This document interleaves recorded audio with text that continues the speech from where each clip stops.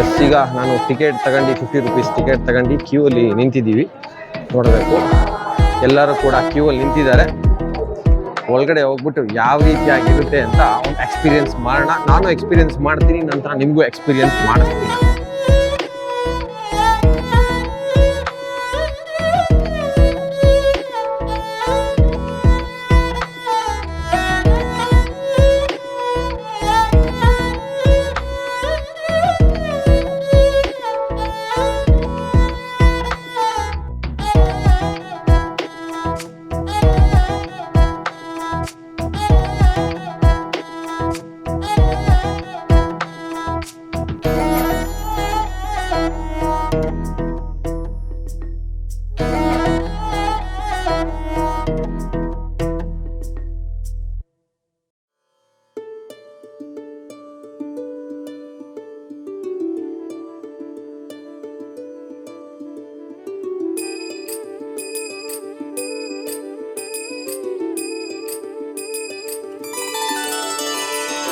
सर्वव्यापी तू प्रचंड महाकाय, आदिशक्ती तू नरमुंड मालाधार.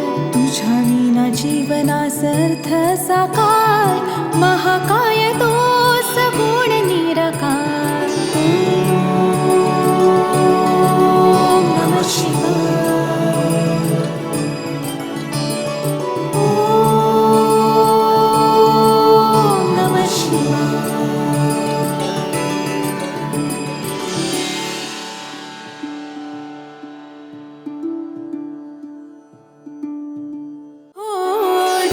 शक्ती तुझ लान, तुझ चरणी माता, तूच माझा पितान, तूच माझी माता. तुझ्या चरणी लीन व्हावे हे आदि देवा, परब्रह्म तुझ तुमला एक सूर ठावा. शंभू शंकरारे तुझ पायी यावे, डोळे भरून पाहता जिने सार्थवावे. शंभू शंकरारे तुझ पायी यावे, डोळे भरून पाहता जिने सार्थवावे. ओ जिने सार्थवावे, ओ जिने सार्थवावे. ओम नमः शिवाय. ओम नमः शिवाय.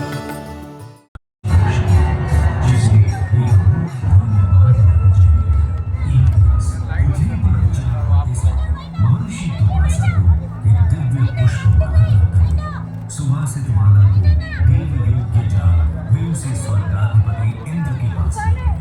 हे सुभद्रे, ये दुर्लभ माला मैं आपको भेंट करता हूँ. इसे मेरा आशीर्वाद समझकर सहेज कर रखें. परंतु इंद्र महर्षि के आशीष का मान न कर सके और अहंकार के प्रमाद में उन्होंने को मारा ऐरावत के मस्तक पर रख दिया. पुष्पकर्ण से संजया माला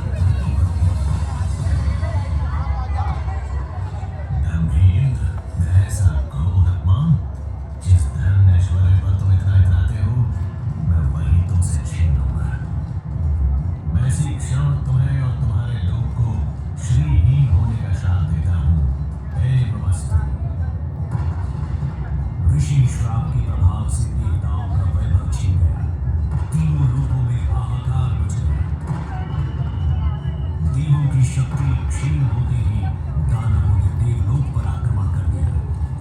घोर देव असुर संग्राम के पश्चात स्वर्गलोक दानवों के अधीन हो गए. पतित पराजित देवगण त्राहिमाम करते श्री हरि विष्णु की शरण में पहुंचे. प्रभु, तीनों लोकों पर संकट है, हमें इस श्राप से मुक्ति दिलाइए. देवराज, इस संकट का समाधान सागर मंथन है, परंतु मंथन तभी सफल होगा जब देवता और दानव मिलकर प्रयास करेंगे. ये कैसे संभव होगा नाथ? सृष्टि के कल्याण हेतु इन दो परस्पर शक्तियों को साथ आना ही होगा. हरि आज्ञा से मंथन आरंभ किया गया. मंदराचल पर्वत को बंधा और नाग वासुकी को नेति बनाकर दानव और देव समुद्र को मथने लगे. मंथन आरंभ होने के कुछ समय बाद ही हर ओर अंधकार छा गया. भीषण ताप से सब झुलसने लगा. हे ईश्वर, ये कैसी विपदा है? ये हलाहल विष था. जिसकी भयंकर गंध और ज्वाला से सब नष्ट होने लगा। और तब जीवों की करुण पुकार सुन पशुपति महादेव प्रकट हुए। यदि इस विष को नियंत्रित नहीं किया गया तो प्रलय सुनिश्चित है, परंतु मैं इसकी एक भी बूंद को इस सृष्टि को छूने नहीं दूंगा। महादेव ने विष को अपने कंठ में धारण कर लिया। इस कारण उनका कंठ नीला हो गया और वे नीलकंठ कहलाए। महादेव की कृपा से हलाहल विष की ज्वाला शांत हो गई और तीनों लोकों में संतुलन स्थापित हुआ। मंथन पुनः आरंभ हुआ और एक के बाद एक अमूल्य निधियां प्राप्त होने लगी। अंततः अमृत घट लिए धन्वंतरी प्रकट हुए। अधीर हो इंद्र ने धन्वंतरी से कुंभ छीन लिया, परंतु दानव ये कैसे होने देंगे? देवों और दानवों में अमृत पाने के लिए छीना झपटी शुरू हो गई। इस कलह का अंत करने के लिए श्री हरि को मोहिनी रूप ले अवतरित होना पड़ा और उन्होंने बड़ी चतुराई से सारा अमृत देवताओं को पिला उन्हें अमर कर दिया। समर्थ हो देवों ने स्वर्ग पर धर्म का राज पुनः स्थापित किया। परंतु इस सारे प्रकरण में एक विशेष बात और हुई। छीना झपटी में अमृत की 4 बूंदें स्वर्गलोक, पाताललोक और पृथ्वी पर आ गई। पृथ्वी पर ये बूंदें प्रयाग, हरिद्वार, उज्जैन और नासिक में गिरी। अमृत से पवित्र हुई धरा तीर्थ बन गई। यही कारण है कि इन स्थानों पर हर 12 वर्षों में कुंभ मेले का आयोजन होता है। समय की अनंत धारा में ये परंपरा अनादिकाल से चली आ रही है। महाकुंभ मेला 2025 में आपका स्वागत है। आइए इस अद्वितीय आध्यात्मिक अनुभव का भाग बने।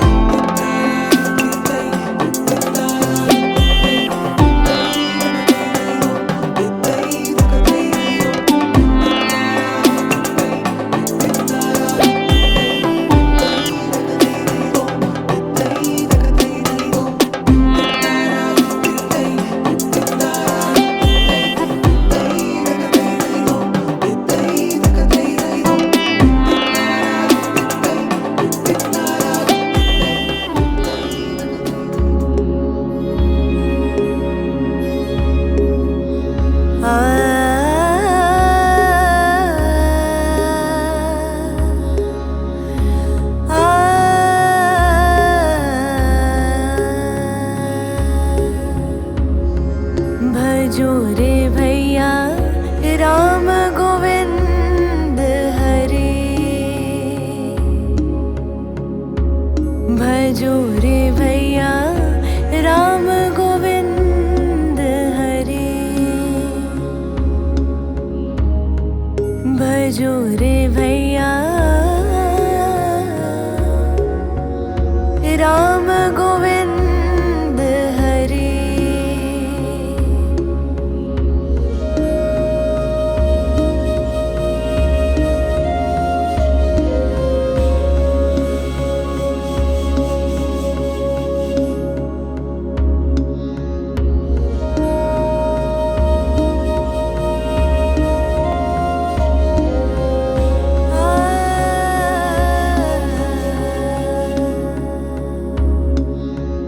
जप तप साधन नाही कुछ लागत, जप तप साधन नाही कुछ लागत, खर्चत नाही गठरे, भजो रे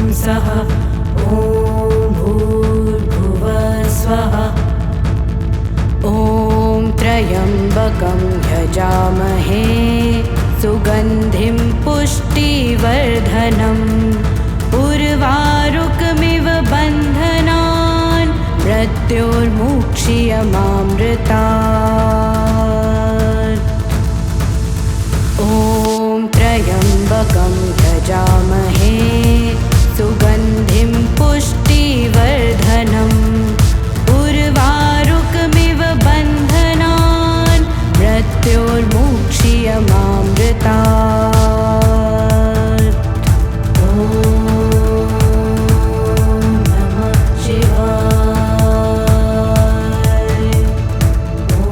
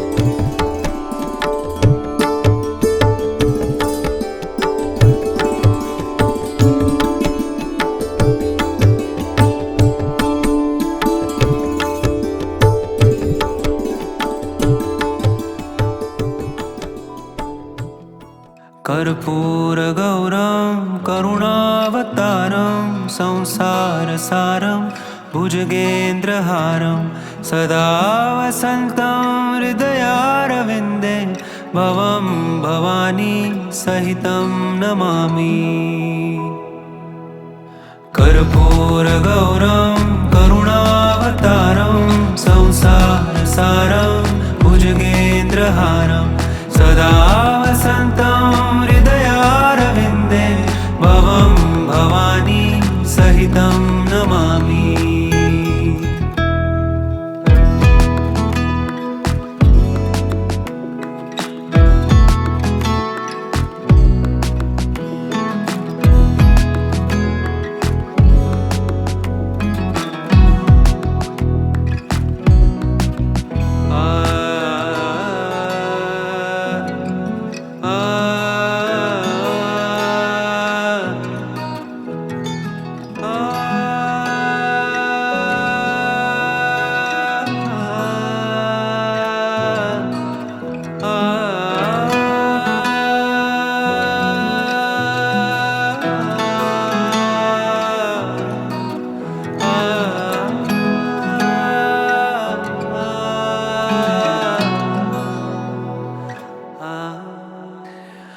कर्पूरगौरं करुणावतारं संसारसारं भुजगेन्द्रहारं सदा वसन्तं